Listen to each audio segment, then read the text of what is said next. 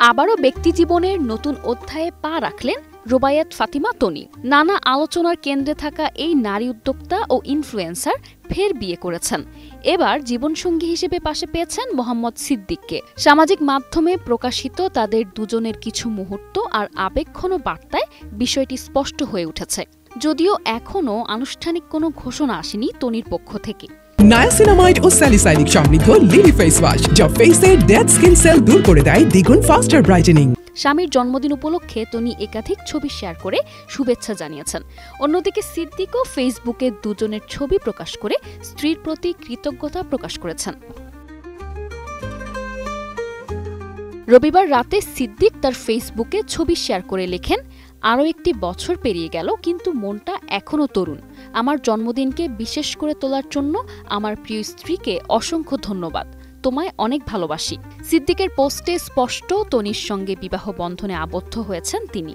এদিকে তনিও তেমন ইঙ্গিত দিয়ে জন্মদিনের ছবি প্রকাশ করে শুভেচ্ছা জানিয়েছেন সিদ্দিককে। সেখানে লিখেছেন, জন্মদিনের শুভেচ্ছা। তোমার মতো বিশেষ একজনের জন্মদিন উদযাপনের জন্য বছরের একটা দিনই যথেষ্ট নয়। সিদ্দিকের স্ত্রী সম্বোধন এবং তনির বিশেষ সম্বোধনে নেটিজেনরা এবার নিশ্চিত যে বিয়ের পিঁড়িতে বসেছেন তনি। তবে বিষয়টি নিয়ে তনি এখনও মুখ খোলেননি।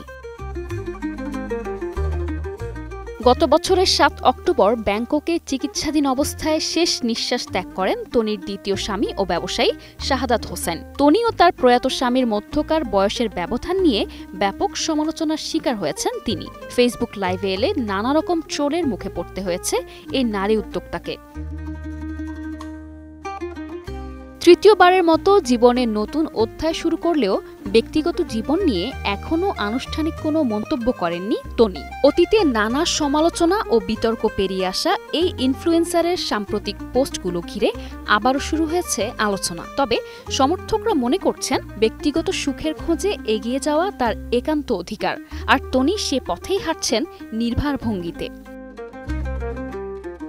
নিশা আলম, নিউজ ডেস্ক, 21 টেলিভিশন।